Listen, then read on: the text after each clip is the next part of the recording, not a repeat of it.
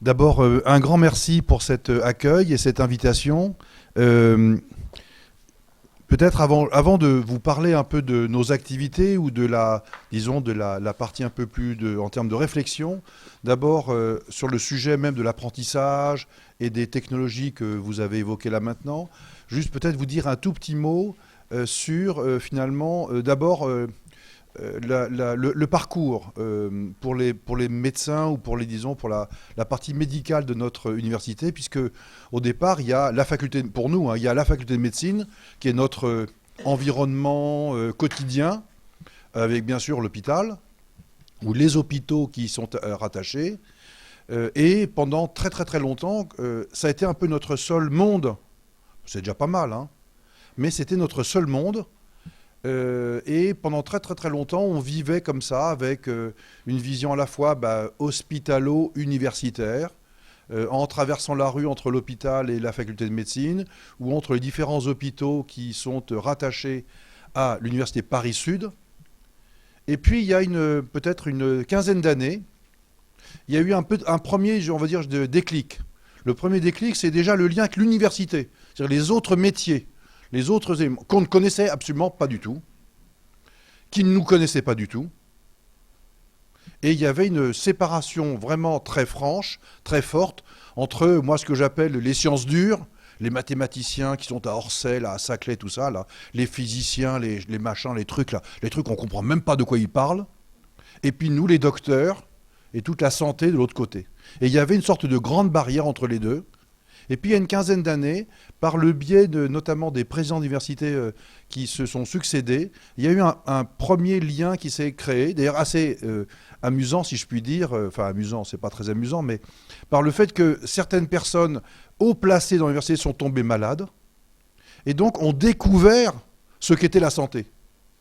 Et ce qu'on faisait finalement dans les hôpitaux, et qu'il fallait bien soigner les gens, qu'il fallait les former, qu'il fallait faire de la formation continue. Et donc, du coup, quelque part, il y a eu un premier lien qui s'est créé comme ça. Et du coup, un premier intérêt dans notre sens s'est créé à ce moment-là, alors qu'auparavant, on n'était pas tellement, disons, considéré comme important à côté des médailles Fields, de l'autre bout là-bas qu'il y avait dans l'université Paris-Sud. Et donc là, ça a commencé un peu à bouillonner.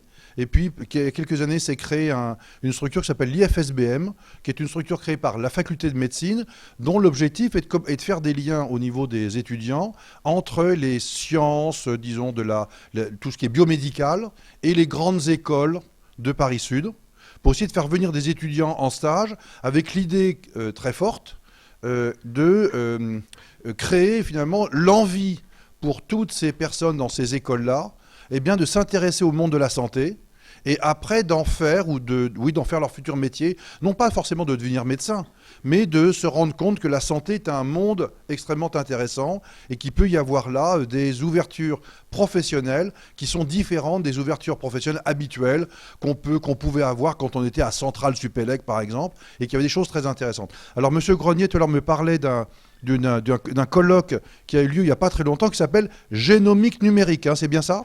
Voilà. Alors voilà, donc c'est un exemple, je dirais, typique. Génomique, ça c'est nous, c'est les docteurs, on va dire. Et le numérique, bah, c'est vous, enfin, c'est l'autre partie, c'est l'autre monde. Et là, on voit que au fur et à mesure, petit à petit, les liens sont en train de se créer et qu'on se rend compte finalement de part et d'autre de façon intelligente, eh bien qu'il y a une véritable nécessité de collaborer parce que l'entraide, la collaboration potentialise de façon très importante finalement les fondamentaux et les aspects pratiques de ces deux mondes-là qui pendant très longtemps ont été complètement séparés. Et donc c'est aujourd'hui, voilà, on est dans je dirais un exemple typique de ces liens qui sont en train de se créer. Donc encore une fois, merci de nous avoir invités, nous, monde de la santé, dans cette réunion. On était il y a combien, peut-être deux mois, quelque chose comme ça, on était au Génopôle, où on a également déjà commencé à participer à une journée, rencontrer des personnes qui sont d'ailleurs également ici aujourd'hui.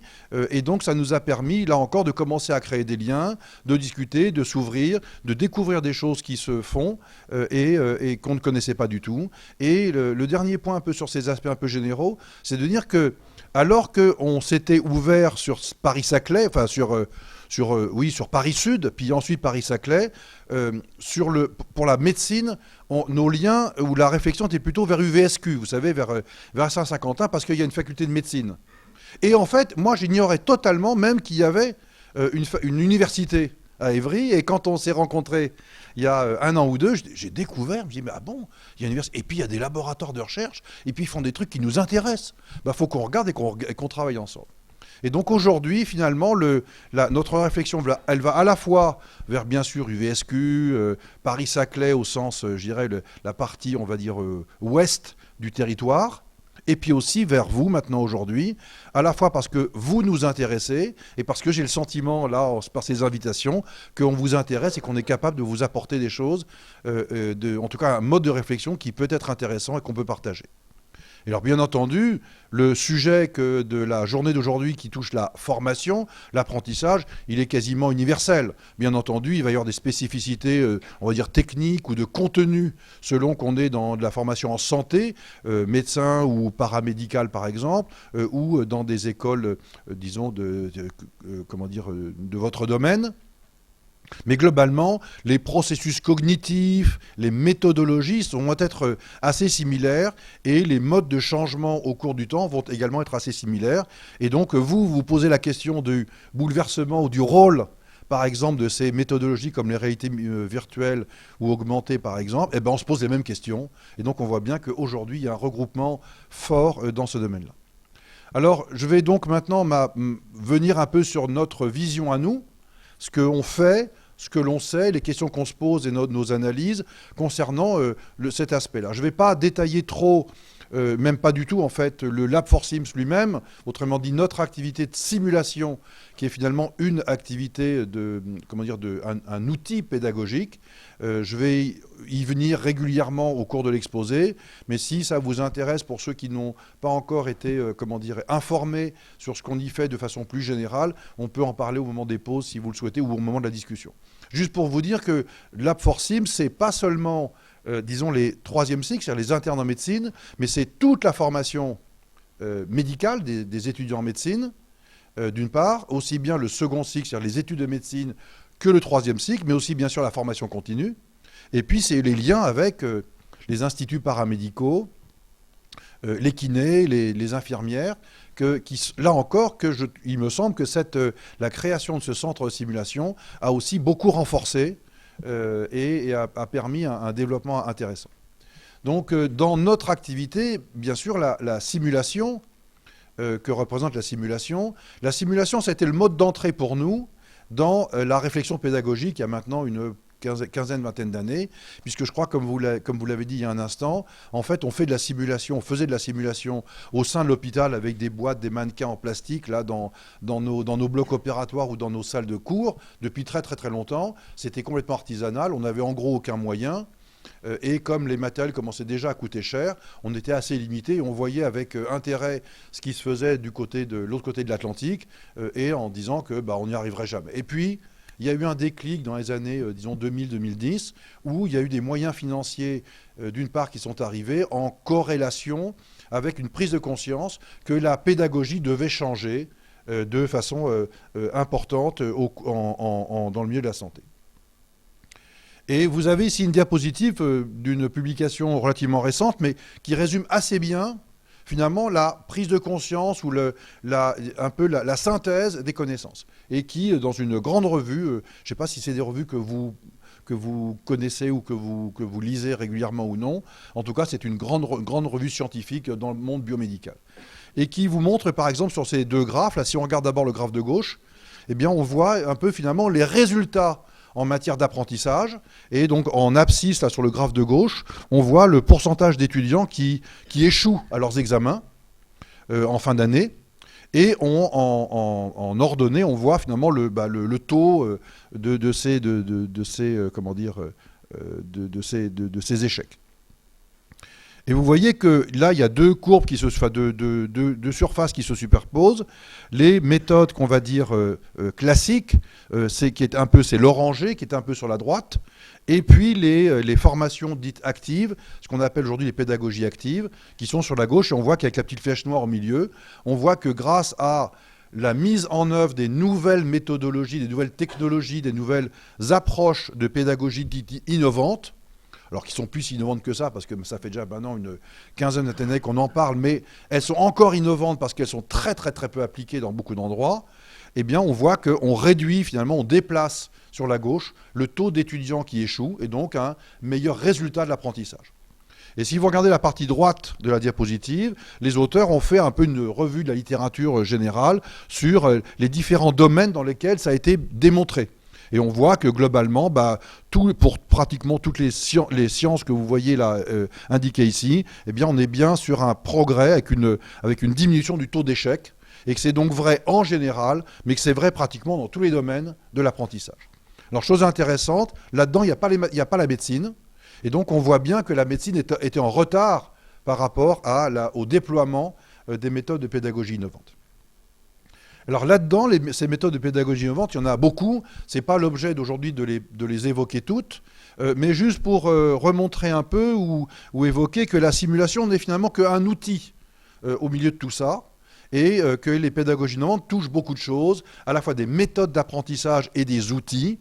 Je ne vais pas détailler ça, mais vous avez les méthodes les plus, disons, classiques qui sont indiquées sur la partie gauche de la diapositive, dans lequel le principe de l'active learning, de l'apprentissage actif par rapport à l'apprentissage passif, qui est finalement le fondement général, global de tout cela, où on fait intervenir l'étudiant dans sa propre formation, au lieu qu'il soit assis dans un amphithéâtre à écouter le professeur. Alors, dans le monde de la santé, qui a donc eu un peu de retard, vous l'avez compris tout à l'heure, eh bien, il y a un document très récent, là, qui est sorti, qui s'appelle Ma Santé 2022, qui est un très très gros texte qui touche plein de choses, y compris les activités, médicales, au sens de la mise en œuvre pratique, qui est d'ailleurs très discutée en ce moment, comme vous pouvez peut-être l'entendre à la radio et à la télévision, mais il y a dedans une partie non négligeable qui est consacrée à la formation. Et dans cette partie formation, eh bien, apparaît pour la première fois de façon très intense eh bien, les changements qui concernent les évolutions. Où est-ce que j'ai mis ça? Je ne sais plus très bien. Voilà, méthodes de formation qui apparaissent de façon importante là-dedans et qui indiquent clairement que pour évoluer, la médecine et l'apprentissage en médecine au sens large du terme, eh bien, doit s'engager dans un processus profond de changement des méthodes de pédagogie et d'aller et de s'approprier ces méthodes de pédagogie dites innovantes. Ce qui est complètement nouveau pour beaucoup de gens. Et par exemple, quand on discute encore actuellement avec les enseignants, disons à la faculté de médecine chez nous, eh bien, pour beaucoup d'entre eux, ils savent faire un PowerPoint, mais ils ne savent pas ce que c'est qu'un TCS, ils ne savent pas ce que c'est que les ECOS, ils ne savent pas ce que c'est qu'un team-based learning, ils ne savent pas ce que ça veut dire, ils ne connaissent pas tous ces termes-là, on ne leur a jamais appris, ce n'était pas dans les méthodes d'enseignement, je dirais, jusqu'à très récemment, et donc là, maintenant, on est en phase d'enseigner les enseignants sur ces méthodes.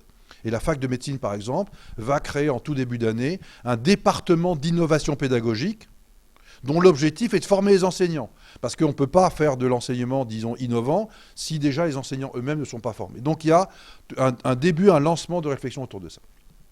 Pour vous donner ici un exemple, ça c'est pour le 3e cycle d'études de médecine, autrement dit pour l'internat, après l'obtention du diplôme de docteur et ensuite la spécialisation, il y a un gros document qui date de 2017, donc toute une sorte un ensemble de documents généraux qui ont pour but de placer, positionner ou changer les méthodes pédagogiques. Et là je vous ai pris pour ma discipline à moi, qui est l'anesthésie-réanimation, et pour chacune des spécialités, le document fait 100 ou 200 pages, et pour chaque discipline, eh bien, pour chaque étape de la formation pendant l'internat, eh bien, sont indiquées les natures des enseignements, et vous voyez que par exemple la simulation et donc les méthodes actives de pédagogie sont, et le numérique aussi est cité en bas, également, et que il y a donc beaucoup de choses qui sont...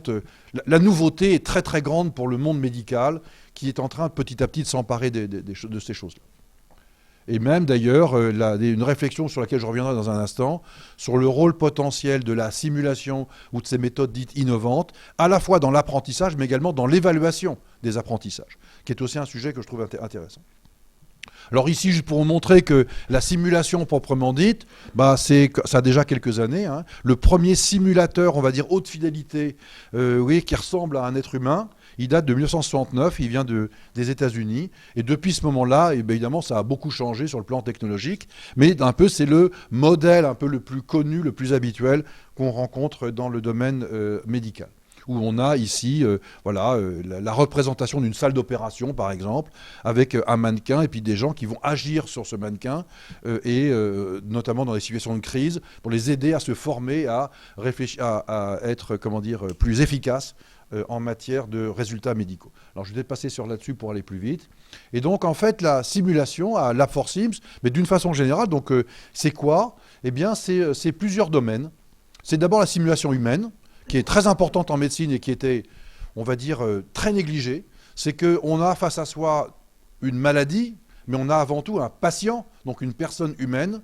Et il est très, je crois, de notoriété publique que les docteurs ne sont pas très bons en matière de communication. Ça fait rire certains dans la salle. Et vous avez raison, c'est un vrai problème. Et là aussi, les réformes actuelles ont un objectif majeur de faire changer ça pour améliorer cette capacité qu'ont les professionnels de santé à mieux s'exprimer, à mieux se faire comprendre et à avoir plus d'empathie, comme on dit, avec les patients.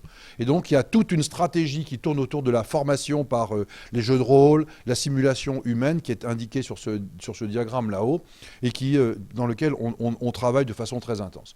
Il y a toute la simulation avec des mannequins. Je vous ai montré des modèles. Voilà, vous en avez quelques-uns qui sont indiqués ici avec différentes formes de mannequins, depuis des choses très simples, regardez à gauche là, de l'écran, des systèmes dans lesquels on peut apprendre à un étudiant à perfuser, donc sur un bras en plastique, des choses plus sophistiquées, de la technologie, voire même ici, on va revenir à ça là-dessus avec des écrans et de la réalité virtuelle, des systèmes avec ordinateur et de l'écran, ici c'est de l'échographie, voire même de la haute fidélité, voire la haute fidélité comme on a vu il y a un instant. Donc beaucoup de très grande variété dans le domaine de ce qu'on appelle la simulation synthétique, c'est-à-dire avec des mannequins. Et puis celle dont on va parler un peu plus maintenant, c'est la simulation dite numérique qui s'installe également avec ces technologies et qui va participer à l'évolution de l'apprentissage. Alors la simulation numérique, c'est un vrai problème pour moi. J'espère qu'à la fin de cette matinée, de cette journée, j'aurai progressé sur les terminologies et les définitions, parce que moi je suis un peu paumé. Parce que pour moi, il y a d'abord, avant de revenir peut-être sur les définitions, pour moi, la simulation numérique, en tout cas le numérique, comment il s'inscrit dans la pédagogie, il a pas mal d'intérêts. En particulier, il permet de standardiser les situations, d'avoir des modèles et, disons, des apprentissages qui soient très, similaires d'un étudiant à un autre, d'une journée à une autre, d'un enseignant à un autre. Et puis aussi de reproduire des situations qui sont difficilement reproductives dans la vie clinique et que sinon on n'apprendrait pas et que le jour où on est confronté à ça, c'est la première fois qu'on le voit, alors que là, avec ces simulations numériques ou d'ailleurs pas numériques, on peut ici assez facilement reproduire des situations un peu complexes ou inhabituelles. Ça peut servir à l'apprentissage clinique, et puis je vous l'ai dit tout à l'heure à l'évaluation, et je reviendrai tout à l'heure parce que je trouve que c'est un point qui est intéressant. Et puis après, là, je suis perdu. Parce que quand on regarde la littérature, en tout cas dans celle que je lis moi, on ne sait plus très bien où on en est, quoi. C'est quoi le virtuel? C'est quoi augmenté? C'est quoi mixte? Augmenté, virtuel, virtuel, mixte, mixte, augmenté, on ne comprend plus rien. En tout cas, moi, je ne comprends plus rien. Et donc, moi, j'ai un vrai problème de définition et de terminologie qui est probablement lié au fait que c'est en train d'évoluer et que les méthodologies s'intriquent, viennent les unes sur les autres. Mais c'est assez compliqué. Et on a un peu des choses, en termes de définition, dans ce que moi je peux comprendre. On a du 2D ou du 3D, et puis un degré d'immersivité plus ou moins importante. Mais très honnêtement, là, on entre dans des choses qui ne sont pas très simples pour moi. Et quand on regarde la littérature, au moins en santé, je vous ai mis ici un exemple d'un article qui est une sorte de revue de la littérature de ce qu'on peut faire dans le domaine, vous savez, de la simulation ou de la formation, de l'apprentissage concernant la relation médecin-patient, enfin soignant-soigné. Donc dans ce qu'on appelle, vous savez tout à l'heure, la formation humaine, on va dire. Et vous voyez que là, quand les auteurs font la bibliographie, ils trouvent un certain nombre d'articles, d'études, et le titre de l'étude que je ne vous ai pas mis, c'est dit, mais c'est quoi les définitions? Et vous voyez que ça va depuis des systèmes multimédia, là en haut à droite, les mondes virtuels, des mondes de simulation dynamique ou de réalité mixte, jusqu'à les caractères, ce qu'ils appellent caractères conversationnels, autrement dit, toutes les stratégies un peu d'analyse du langage et de langage naturel. Et donc on voit qu'il y a beaucoup de choses et que tout ça, pour moi, ça se mélange un peu et on a un peu de mal. Alors on travaille nous actuellement avec des équipes du CEA qui sont spécialisées dans ces domaines-là. Et voilà un bout de plaque, enfin de diapositive, qui vient d'eux. Donc c'est comme ça qu'eux le définissent. Et je serais intéressé de savoir si cette définition, elle vous convient ou pas, parce que ce n'est pas la même qu'on trouve partout dans la littérature. Et vous voyez qu'ici, il parle de réalité, réalité classique, complètement à gauche, c'est l'environnement réel, c'est assez facile à comprendre. Complètement à l'opposé à droite, c'est le virtuel, l'environnement est totalement virtuel, ça je pense qu'on le comprend aussi assez bien. Et puis au milieu, il y a des situations un peu différentes, dans lesquelles eux considèrent que la réalité mixte est un ensemble qui inclut la réalité augmentée et la virtualité augmentée, selon qu'on ajoute des éléments virtuels dans un environnement réel ou des éléments réels dans un environnement virtuel. Pas très simple à comprendre, je trouve. Et puis, encore une fois, quand on regarde la littérature, ces définitions, les gens ne sont pas toujours d'accord dessus. Donc, je serais intéressé que ça soit discuté tout à l'heure.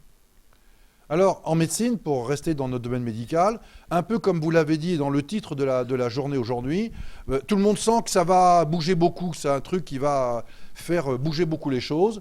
Et voilà un éditorial dans une très grande revue médicale qui s'appelle le JAMA, d'il y a un peu une année et demie maintenant, et qui dit, regardez, voilà, réalité virtuelle augmentée, ça va booster l'éducation dans le monde médical. Et donc, il y a un éditorial autour de ça qui accompagne un certain nombre d'articles. Et donc, on voit que chez nous, ça bouge beaucoup. Alors, le domaine peut-être dans lequel ça a été le plus déjà appliqué, c'est le domaine de la chirurgie.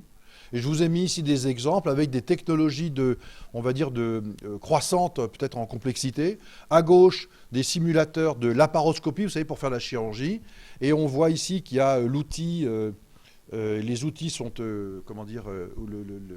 la personne qui s'entraîne ou qui apprend manipule les outils, mais regarde et s'entraîne directement avec ses yeux sur l'écran. Donc il a face à lui une situation en 2 dimensions. Et puis, il y a à droite des simulateurs plus perfectionnés, avec encore une fois en bas le simulateur qui permet de l'apprentissage des gestes, mais cette fois-ci du 3D et des lunettes de réalité virtuelle. Donc, les technologies bougent, évoluent, et dans le monde de la chirurgie, ça bouge pas mal. Et ça bouge pas mal parce que maintenant, c'est même utilisé dans le monde chirurgical, pas seulement pour la formation, mais également dans les actes opératoires. Alors, non, pas beaucoup d'équipes, mais ça commence un petit peu. Avec, par exemple, vous savez, on prépare l'opération, on s'entraîne à une opération précise pour un malade donné, par exemple la veille, on refait tous les gestes, on fait les gestes qui vont être faits progressivement à partir, par exemple, des images de scanner ou d'IRM, qui sont mis sur des images 3D, qui sont projetées sur les lunettes, et le chirurgien s'entraîne, voit où est-ce qu'il doit couper, par où il doit passer. Voir comme on voit ici par exemple sur la partie droite de la diapositive, comment il va s'approcher, quel geste, l'angulation de son aiguille ou de son instrument, lui permettant de préparer son geste en préalable. Donc c'est à la fois de la formation, on va dire initiale, par exemple les internes qui ne connaissent pas du tout le geste de célioscopie, et puis les chirurgiens même plus expérimentés qui font une préparation mentale et cognitive au cours avant les gestes. Et là, il y a de la littérature qui montre, regardez, je vous ai juste mis ça ici, c'est un exemple parmi de nombreuses études qui montrent que lorsque les étudiants ont une formation par la réalité virtuelle, par rapport à ceux qui ont une formation dite classique, par enseignement ou par compagnonnage, eh bien, qu'il y a un nombre d'erreurs par procédure lorsqu'ils sont mis face à un patient qui est complètement diminué de façon très significative. Donc, il y a un bénéfice qui est important et donc les chirurgiens sont très friands de ça sur le principe, avec des difficultés notamment qui sont liées au coût des matériels en particulier, qui ne sont pas très simples à mettre en œuvre. Je vous donne juste un exemple pour vous fixer les idées. Par exemple, il y a des spécialités où les chirurgiens sont nombreux. Par exemple, je ne sais pas, les chirurgiens orthopédistes, ceux qui réparent les os, ils sont assez nombreux. Mais si vous prenez les neurochirurgiens, il y en a peut-être, je ne sais pas, 30, 40, 50 sur l'Île-de-France, pas beaucoup. Et puis, ils ont chaque année 5 internes. Donc, développer des simulateurs qui coûtent 500 000, 1 million d'euros pour 5 internes, ça pose un vrai problème de développement, d'utilisation. Et donc, il y a aussi un problème financier qui apparaît là.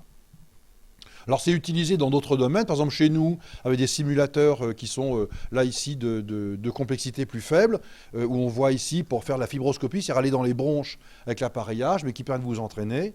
On voit là la visualisation qu'on peut avoir, mais c'est extrêmement performant pour apprendre ce qu'on appelle la fibroscopie.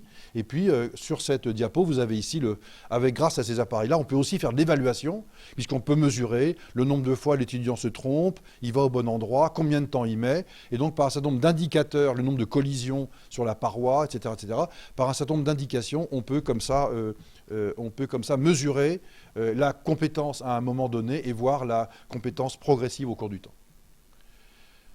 Si on va un petit peu plus loin et qu'on entre plus dans le virtuel en monde médical, il y a beaucoup de littérature. J'ai choisi juste quelques diapositives qui viennent de chez nous, mais on aurait pu en choisir beaucoup d'autres dans la littérature. Nous, on a, dans les années 2014-2015, on a fabriqué 2 jeux sérieux, avec le nom là qui est Lab Force Games, qui était l'idée un peu d'avoir un acronyme qui rappelait notre institut, notre équipe. Et le premier qu'on a appelé Neuro, Lab Force Games Neuro, avait pour but de faire de la réalité virtuelle, l'apprentissage pour des étudiants en médecine. Et un deuxième qu'on a fait avec les écoles d'infirmières, les IFSI, pardon, qui s'appelle Warning, et dont je vais vous montrer quelques diapositives dans un instant, dont l'objectif est d'apprendre aux étudiants en soins infirmiers à détecter lorsqu'un patient commence à aller plus mal, parce qu'on sait que si on tarde trop au diagnostic d'une aggravation d'une maladie, ça devient plus compliqué de traiter, alors que si on détecte tôt l'aggravation, on peut soigner et récupérer de façon plus efficace. Alors vous avez ici une image sur le Lab for Games Neuro, où on voit ici la vignette clinique, c'est autrement dit de quoi il s'agit au départ, et puis une image, là on est en 2D, c'est sur un écran d'ordinateur et le texte est indiqué comme ça. Donc c'est pas mal, ça c'est 2014, mais peut-être que ça fait ringard aujourd'hui ça. Parce que c'est que du texte, il n'y a pas de langage naturel, on ne peut pas toucher, on ne peut pas bouger le malade, on peut juste éventuellement s'approcher. Voilà, on a ici par exemple les personnages. Alors je n'ai pas mis de vidéo pour ne pas alourdir trop le diaporama, mais on voit qu'on peut déplacer les personnages et puis on peut à gauche, on peut par exemple téléphoner, on peut demander un examen complémentaire. Donc là, à chaque fois, c'est du clic. Donc c'est pas mal, mais c'est quand même pas formidable en termes technologiques. Me semble-t-il, aujourd'hui, on peut faire beaucoup mieux que ça. Un deuxième exemple qui est celui de la formation pour les élèves infirmières sur la détérioration de l'état clinique. Voilà, c'est l'autre jeu, c'est un peu la même chose. Regardez, voilà, le texte, les phrases, les paroles sont dites sous forme de texte. Et là aussi, la personne qui joue le jeu là peut s'approcher, peut changer un peu l'environnement, se déplacer, aller regarder, se déplacer, regarder le pansement, même le toucher, faire un certain nombre de choses, peut mesurer la pression artérielle, peut regarder bien et comptabiliser ce qu'il y a comme sang ce qu'on appelle dans les redons, peut regarder le dossier médical. Donc on peut faire pas mal de choses. C'est quand même pas si mal, mais c'est quand même un peu laborieux parce qu'à chaque fois c'est à la main et on est sur un écran en 2 dimensions. Voilà, ça c'est une autre partie du jeu. C'est un sujet âgé dans une institution dont l'état neurologique s'aggrave et il faut donc trouver pourquoi il ne va pas bien. Alors quand on regarde maintenant à quoi ça sert tout ça, parce que quand même le titre de la journée c'est est-ce que ça bouleverse les choses ? C'est pas si simple que ça quand même. Parce que, en tout cas, nous maintenant en médecine, on est habitués depuis, disons, une quinzaine, vingtaine d'années, à travailler dans ce qu'on appelle l'evidence-based medicine, autrement dit, de la médecine basée sur les preuves. Et l'idée générale, c'est qu'on ne développe un nouveau médicament, ou une nouvelle technique chirurgicale, ou une nouvelle stratégie, que si les études scientifiques de haut niveau de preuve, comme on dit, randomisées, prospectives, etc., de très haute qualité méthodologique, ont démontré que c'était utile et qu'il fallait donc changer ces pratiques. Et donc on est un peu, on nous a inculqué l'idée qu'il fallait vérifier que ce que l'on fait, que ce qui est nouveau, ça sert à quelque chose, parce que si ça ne sert à rien, pourquoi le développer ? Et donc dans cette situation-là, on s'est dit qu'en pédagogie, il faut faire un peu pareil, sauf que c'est assez compliqué. Et vous voyez que par exemple ici, sur 3 scénarios du fameux jeu dont je viens de vous montrer quelques images concernant la détérioration, c'est-à-dire l'aggravation de l'état clinique d'un patient, quand on prend des étudiants en soins infirmiers, des infirmières qui viennent juste d'être diplômés, et ce qu'on a appelé des experts, on dit des infirmières de réa, qui sont là depuis des années, qui sentent tout, là, qui ont une perception très forte des aggravations, ben, quand on regarde le score du jeu, qu'on avait créé, travaillé avec des experts, machin, ben, regardez, il n'y a en gros pas de différence.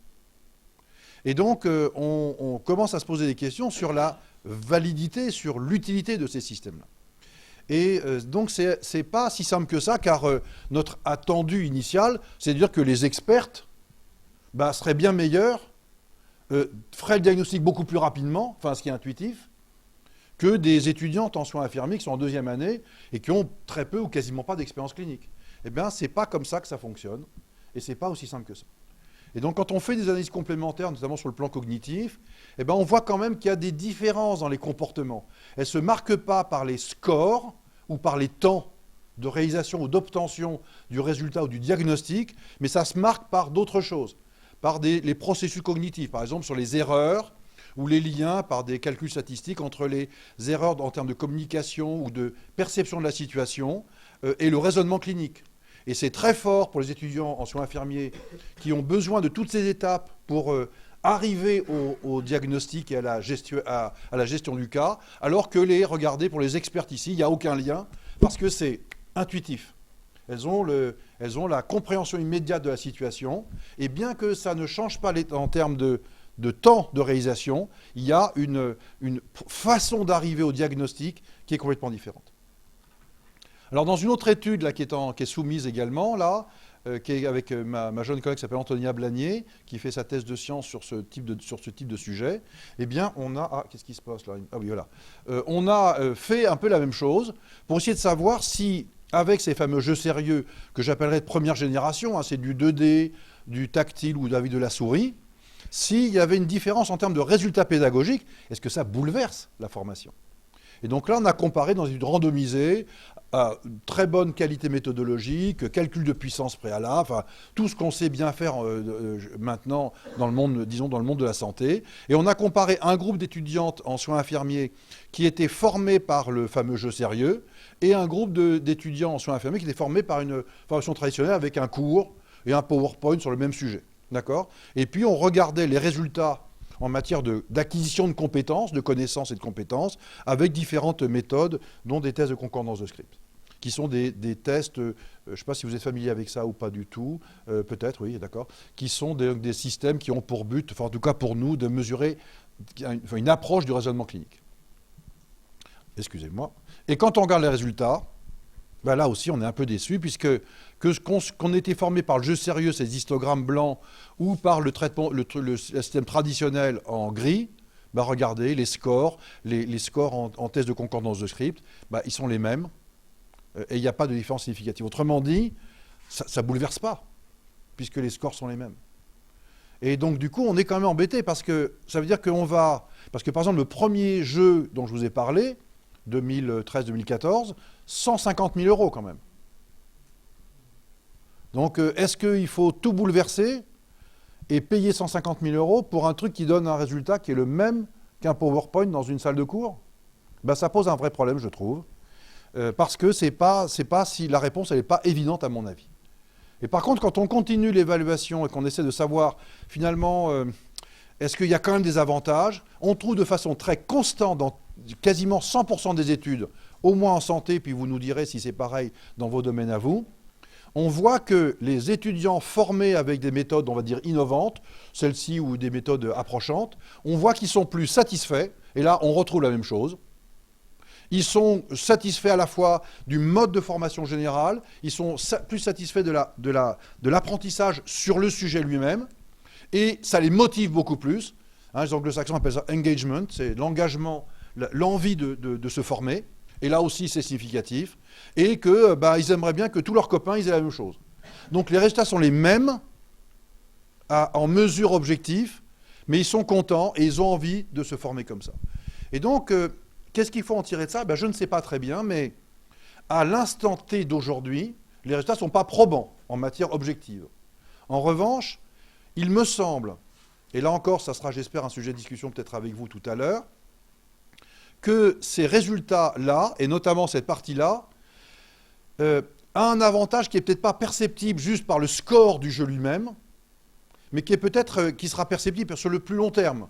Autrement dit, si les étudiants viennent plus facilement en cours, qui sont plus intéressés par leur formation, peut-être que sur un score unique d'un jeu, sur une situation très précise, très ponctuelle, peut-être que ça ne se voit pas, mais peut-être que on aura des étudiants qui seront plus dynamiques au sens général du terme. Et donc c'est ça que je vous propose comme raisonnement aujourd'hui. En tout cas, moi, c'est ma perception. La littérature montre la même chose sur les méta-analyses. Et là encore, une autre étude qui ne vient pas de chez nous. Là, c'est sur de l'anatomie. Ce sont des étudiants en médecine. Regardez, les scores, c'est la même chose, pas de différence. Par contre, ils sont super contents. Là. Ils enjoyed learning anatomy par cette méthode-là. Ils sont contents. D'accord ? Donc, c'était bien. Mais en termes de résultats et de compétences, c'est la même chose. Alors, un autre aspect très important pour nous aujourd'hui, je ne sais pas où j'en suis dans le temps, mais vous me dites, hein, parce que je vais peut-être dépasser encore, ça va, c'est parfait. Et là, un autre élément, c'est la partie d'évaluation. Et ça, c'est aussi un gros sujet, parce que, par exemple, dans les réformes des études de médecine que je vous ai montré au tout début de l'exposé, eh bien, ils ont, les experts et le législateur, à non seulement pousser à l'emploi de ces méthodes dites de pédagogie innovante pour la formation, mais à aussi déjà imposer que ces méthodes servent de mesure, qu'on s'en sert pour mesurer. Par exemple, je ne sais pas, moi, rappelez-vous tout à l'heure, voilà où c'est l'exemple qui est ici, on vous met dans une salle d'opération quand c'est votre domaine de pratique, et on vous fait des simulations, par exemple, dans ce type de système, en 2D, en 3D, etc., pour vous former, pour vous apprendre à réagir dans une situation donnée. Ok, ça c'est la valeur formative, mais ce qui se développe à la fois sur le plan intellectuel et déjà sur le plan réglementaire en médecine, ce qui apparaît dans les textes de loi aujourd'hui, c'est qu'on nous demande maintenant de commencer à prévoir que ces systèmes-là participent à l'évaluation. Autrement dit, en fin d'année, on va mettre l'étudiant face à un jeu, par exemple, hein, pour donner un exemple simple, on lui donne une situation clinique dans le jeu, et on le laisse se débrouiller, gérer la crise, entre guillemets, ou la situation médicale qui va se dérouler pendant la situation, et il réussit son examen ou il ne réussit pas son examen. C'est super fort comme décision, parce que la littérature aujourd'hui n'est pas du tout démonstrative sur le fait que ces systèmes-là sont capables de donner une mesure évaluative, sommative, puissante, et permettent de discriminer entre guillemets ceux qui savent de ceux qui ne savent pas. Et pourtant, là, on a déjà engagé ça. Et je vous montre ici cette diapo, pourquoi ? Parce que c'est un exemple, encore une fois, tiré de ma discipline, mais elle est très, assez généralisable. La Société américaine d'anesthésie, qui est une très grosse société et qui, globalement, a un niveau, disons, de réflexion qui est assez très profond et très avant-gardiste en matière de pédagogie, eh bien, ils ont pris un jeu sérieux fait par un fabricant qui s'appelle CAE et qui s'appelle SimStat, donc ça c'est le nom du jeu, le nom du jeu lui-même. Il y a plusieurs solutions possibles. Et les médecins américains anesthésistes peuvent se recertifier, parce que là-bas c'est obligatoire. Tous les 5 ans, votre diplôme, vous le remettez en jeu sur la table, avec l'idée que il faut que vous montriez que vous avez toujours un bon niveau médical et que donc vous pouvez continuer à exercer. Ça, c'est super fort. Hein. En France, ce n'est pas le cas encore. Tout le monde y pense depuis très longtemps, mais il n'y a pas de mise en œuvre réelle de ça. Chez eux, ça existe déjà depuis longtemps, cette recertification des médecins.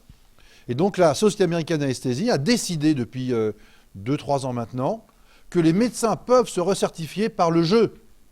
Autrement dit, ils font le jeu. S'ils ont une bonne note, ils peuvent continuer.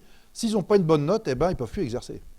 Alors j'exagère un peu, mais il faut qu'ils refassent des formations complémentaires. On ne les exclut pas du système de soins, ça serait très compliqué, mais ils ne peuvent pas continuer leur exercice naturel sans changement important. Et donc là, la partie évaluative, elle prend un rôle très fort qui n'est pas encore le cas complètement en France, mais qui va commencer. Par exemple, dans ce qu'on appelle les ECOS, les examens cliniques objectifs et structurés, peut-être vous avez ça aussi déjà chez vous dans vos domaines. la simulation va jouer un rôle important et on va faire passer les étudiants dans ce qu'on appelle des stations, dans différentes petites étapes de 5 à 10 minutes, où ils auront une situation clinique, soit un geste technique, soit une situation à l'écran, soit de la relation humaine, il va falloir qu'ils gèrent le truc et ils vont avoir une note, et à la fin de ces différentes stations, ils ont l'examen ou ils n'ont pas l'examen. Donc ils passent en année supérieure où ils ont leur diplôme de docteur en médecine ou ils ne l'ont pas. Donc on voit que là on est dans du très très lourd en termes de décision, avec un degré aujourd'hui de validité de ces méthodes évaluatives qui n'est pas très très fort. Alors ça, je vous ai montré ici jusqu'à présent notamment par exemple nos jeux à nous, mais qui sont ceux qu'on trouve dans le commerce et puis dans une grande partie de la littérature des 5-10 dernières années dans le monde de la santé, qui étaient donc les fameux essentiellement du 2D, et puis du langage qui s'inscrit sur l'écran avec, parfois il faut même taper la réponse, parce que l'ordinateur, parce que le système n'a pas de langage naturel. Et donc là, on a un gros projet là, qui est en train de se terminer avec deux équipes du CEA qui s'appellent Lab for Sims 2, genre vous savez V2, là, les terminologies qu'on emploie souvent maintenant, et pour dire que c'est un gros projet dont l'objectif était double, à la fois de développer des technologies plus immersives et également de travailler sur la partie du langage et de l'analyse conversationnelle. Et donc on a les deux labos du CEA qui travaillent avec nous. L'un est spécialisé plutôt dans tout ce qui est, on va dire, virtuel, réalité mixte et augmentée, et l'autre laboratoire est spécialisé dans tout ce qui est langage. Et juste pour vous montrer quelques exemples, ici, première étape, 2016-2017, c'est-à-dire le démarrage de la création, voilà, du virtuel pur, avec ce qu'ils étaient capables de produire sur le plan, on va dire, en termes d'image, et puis les premiers essais avec les lunettes. Donc, ces systèmes-là sont pas mal, ils sont déjà plus évolués, puisqu'on est dans l'immersif plus fort que juste l'écran d'ordinateur. En fait, je vais peut-être passer là-dessus. Et donc, juste pour vous dire qu'on a commencé à travailler sur ce modèle. Et donc là, je vous l'ai montré déjà tout à l'heure, les différentes terminologies qui, moi, je les trouve un peu difficiles et pas très faciles à appliquer dans la réalité. Là, c'est maintenant réalité mixte, donc l'étape suivante dans l'évolution du travail, où on voit ici un apprenant, là, ici à gauche, avec les lunettes. Et donc, on est en réalité mixte, puisqu'il a à la fois du virtuel, et en même temps, il a le petit bébé dans les mains, et il peut le toucher, le manipuler. Donc là, on est dans des niveaux de technologie que je ne saurais pas bien vous expliquer très précisément.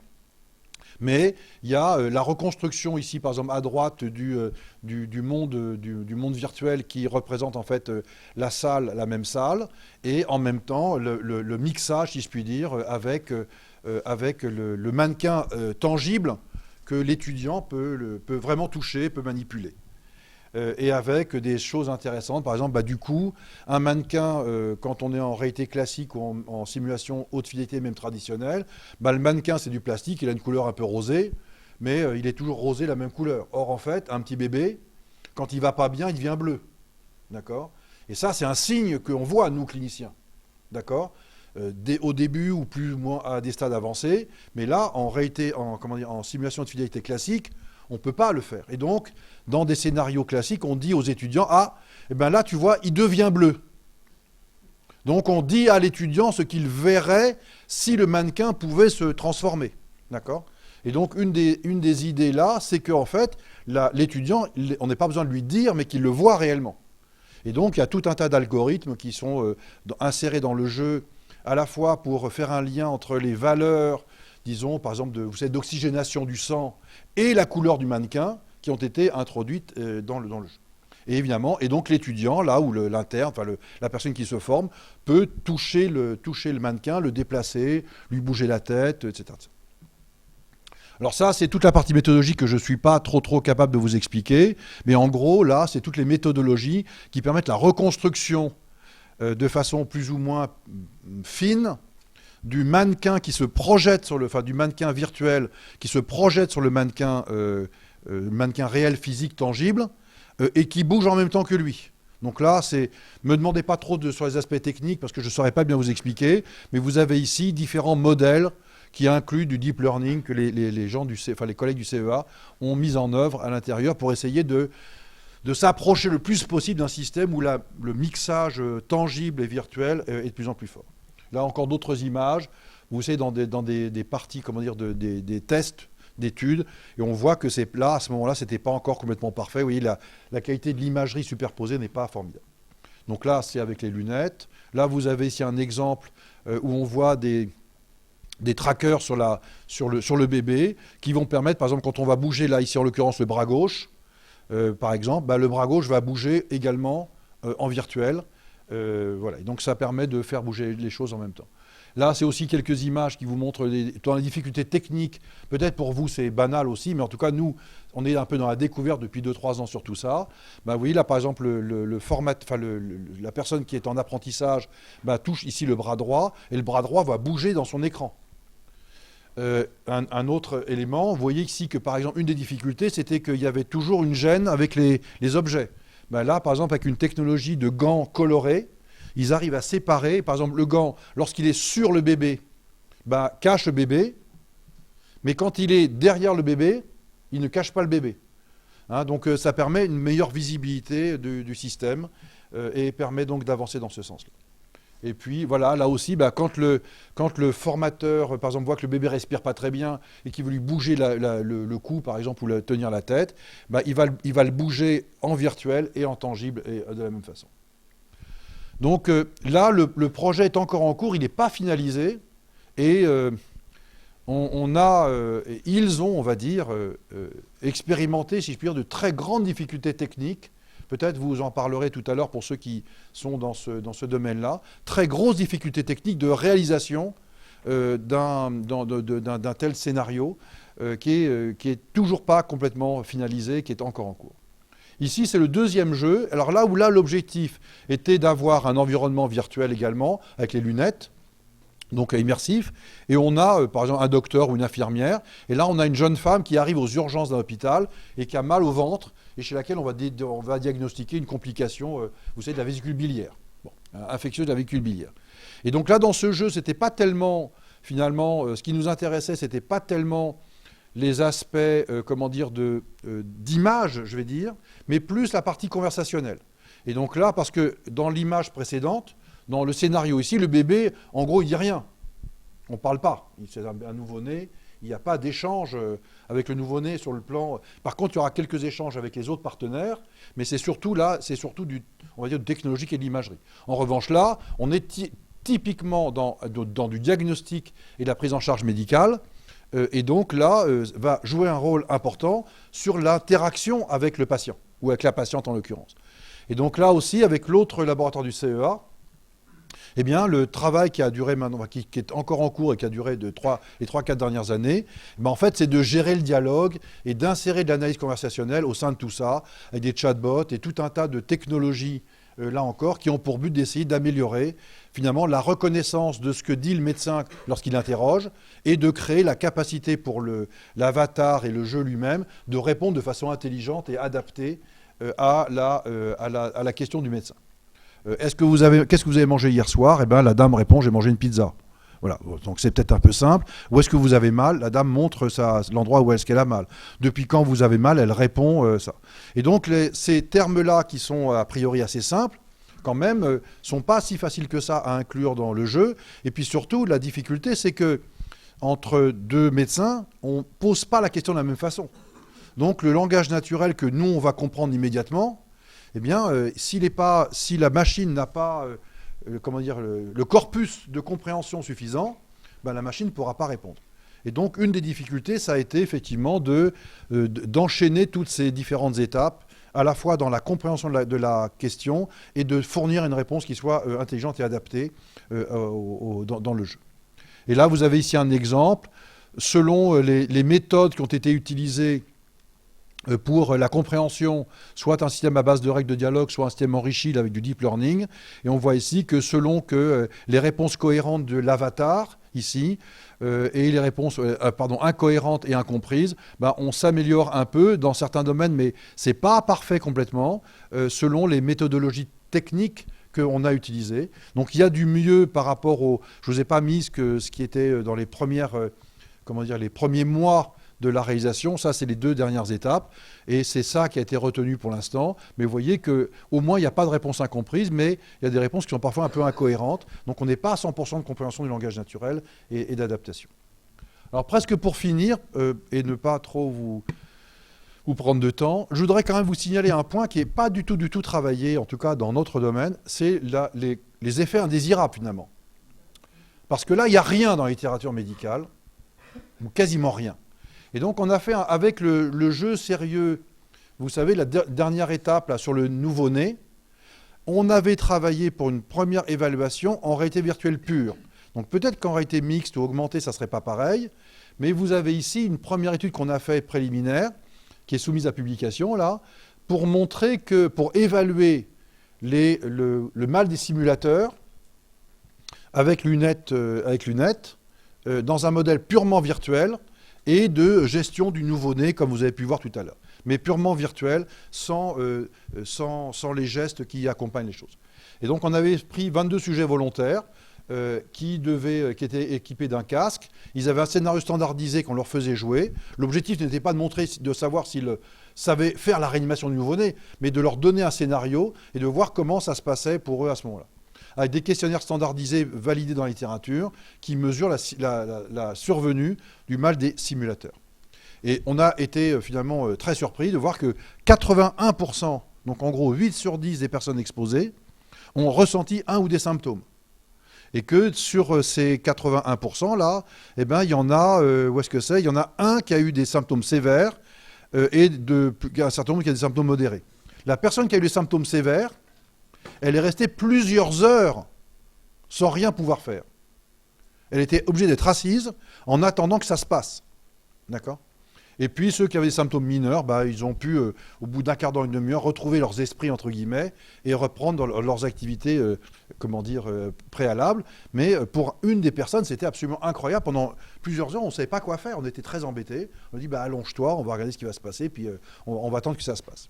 Donc ces symptômes existent. Chez certaines personnes, ils sont très forts. On a vu que sur nos petites séries, les femmes ont un malaise plus intense de façon significative et que les personnes qui ont un antécédent de mal des transports sont plus sujets que les autres. Mais c'est peut-être là encore une évidence. Mais dans la littérature, disons, médicale ou en santé, il n'y a en gros rien de démontré. Donc c'est un sujet qui est intéressant. Et je ne sais pas si vous y travaillez ou si c'est pour vous une problématique. Mais quand on regarde même, on fait Google là, et qu'on cherche, on trouve un petit peu dans les blogs des gens qui utilisent les jeux. Mais l'industrie, elle n'en parle jamais, quasiment. Parce que, bien sûr, ça serait mettre un pavé dans sa propre mare. Et donc, moi, j'ai quasiment rien trouvé sur Internet, d'une façon générale, sur ce sujet-là, qui ne viennent pas des utilisateurs. Et dans le domaine de la santé, il n'y a quasiment rien. Donc, je trouve que c'est un sujet qui est intéressant. Alors là, je voulais vous montrer une dernière chose, mais je ne vais peut-être pas insister là-dessus, parce qu'on n'est plus dans l'apprentissage des professionnels, mais juste pour vous montrer qu'on peut aussi faire apprendre aux patients. D'accord, ou au sujet en matière de santé publique. Là, c'est un jeu qui est joué par des enfants américains dont l'objectif, c'est de les faire un peu bouger, un peu plus. Donc, ce qu'on appelle les exergames, peut-être ce terme vous est familier également. Et voilà, donc ils jouent, etc., ils bougent, et puis ça les fait bouger d'une pièce à l'autre, et ils jouent à ça. Et en les faisant bouger, ils font de l'exercice physique. Voilà.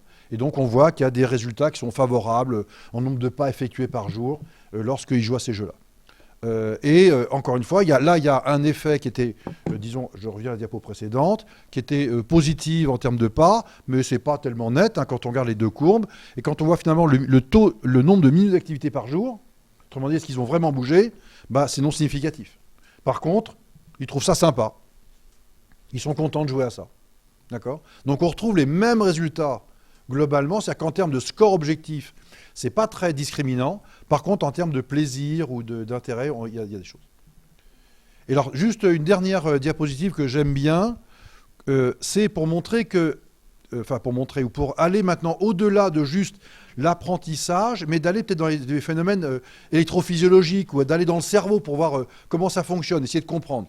Et ça, c'est une très très belle étude que je ne vais pas vous détailler, mais juste pour vous montrer que les gens commencent à s'intéresser en ayant un certain nombre de jeux, qui sont représentés un petit peu, un peu en bas à gauche, eh bien de regarder un peu comment le cortex, enfin comment le cerveau fonctionne, pas seulement le cortex, mais comment le cerveau fonctionne face à ces jeux-là et face à une situation, on va dire, réelle, pour essayer de comprendre, voir si c'est les mêmes processus, disons, neurophysiologiques ou si ce sont des choses différentes.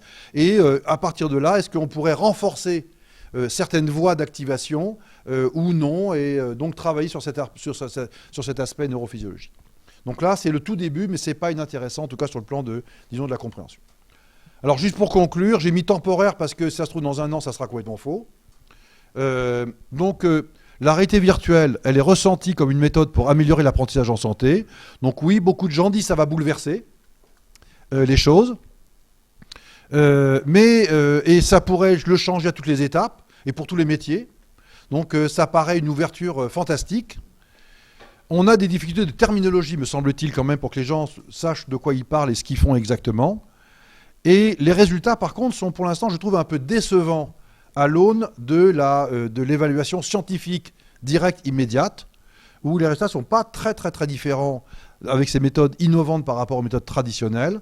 Mais par contre, les étudiants, les apprenants, ont une motivation à apprendre qui est beaucoup plus forte, et ça, c'est vraiment constant dans toute la littérature. Ce qui ressort aussi dans notre littérature à nous, et là encore, la confrontation avec vos expériences sera intéressante, c'est que c'est sûrement des méthodes qui sont complémentaires. Il faut garder des formes d'apprentissage traditionnels ou innovants, mais différents de ces méthodes numériques, avec les méthodes numériques, et que c'est peut-être que la progression viendra réellement de la combinaison plutôt que du développement unique d'un modèle d'innovation pédagogique. Je vous ai donné quelques exemples de coûts. Là aussi, je pense que vous pourrez donner des exemples. Alors peut-être que sur le plan universitaire, peut-être que ça coûte moins cher parce qu'on est entre nous et qu'on ne fait pas appel à des sociétés extérieures qui sont des industries, qui sont du privé, mais ça coûte très cher. Et puis à la fin, finalement, quand on fait la combinaison en coût-efficacité, quels sont les avantages économiques, si je puis dire, si on regarde également ces paramètres-là, à cause des coûts qui sont élevés. Les avantages économiques secondaires, c'est-à-dire à la fin, est-ce que l'apprentissage est meilleur? Est-ce que la santé de la population s'améliore? Ça, c'est un énorme problème et difficile à mesurer. Mais on a des avantages potentiels. C'est ce que j'ai appelé, moi, l'industrialisation. C'est que quand vous avez des gens qui peuvent faire sur un jeu, ils peuvent même jouer de chez eux. Ils peuvent faire ce qu'on appelle du deliberate practice, c'est-à-dire qu'ils peuvent s'entraîner et répéter le jeu plusieurs fois, jusqu'à atteindre un niveau de compétence ou de compréhension qui soit plus élevé, alors que quand vous avez un cours, vous avez une seule fois le cours. Donc on peut industrialiser, on peut former plus de gens, on peut répéter cet apprentissage. Et donc il y a peut-être un intérêt de ce point de vue-là, par la démultiplication, l'augmentation du potentiel des apprenants qui sont inclus là-dedans. Mais il y a des limites, c'est que ce qui semble apparaître aussi, c'est que si vous donnez à un étudiant, à un apprenant, le jeu, quelle que soit sa technologie plus ou moins complexe, on lui donne à jouer et que même à la fin on lui donne un score qui a été préalablement enregistré selon les étapes de ce qu'il a fait, et même avec un petit débriefing à la fin électronique où il a sur une diapositive les points qu'il a bien réussi, ceux qu'il n'a pas bien compris, voire même des accès à des références bibliographiques pour qu'il puisse se former, ça ne marche pas. Et donc pour que ça marche, il faut un débriefing physique. C'est-à-dire qu'il faut que l'étudiant soit à un moment face à un formateur qui lui explique, qui reprenne, qui rediscute, qui réanalyse les choses, comme on a dans les autres modèles de simulation, on va dire, plus traditionnels. Et là, du coup, on se retrouve face à un problème où l'industrialisation devient plus compliquée, puisque finalement, on peut industrialiser la partie expérience, jeu, mais quand même, il faut quand même que les formateurs soient là pour expliquer, réanalyser, faire comprendre, revoir les choses qui n'ont pas été bien comprises ou analysées. Et donc, les formateurs, il n'y en a pas. Enfin, il n'y en a pas beaucoup. Et donc, ça pose un vrai problème, c'est qu'on peut accélérer peut-être une partie, mais il reste un problème très important, qui est celui des enseignants. À la fois, il n'y a pas beaucoup d'enseignants d'une façon générale, et deuxièmement, ils ne sont pas formés, je vous l'ai déjà dit. Donc il y a deux étapes, deux étapes qui sont importantes dans la notion chez les enseignants qui méritent d'être évaluées ou d'être travaillées au cours des prochaines années. Voilà quelques quelques exemples ou quelques réflexions autour de ça dans le domaine de la santé. J'espère que ça vous a intéressé, puis que ça fait peut-être écho à certaines choses dans vos domaines à vous. Et puis, si on a une étape de discussion maintenant, je serais vraiment intéressé d'un peu avoir vos avis ou vos réflexions dans d'autres domaines. Merci beaucoup. Bon.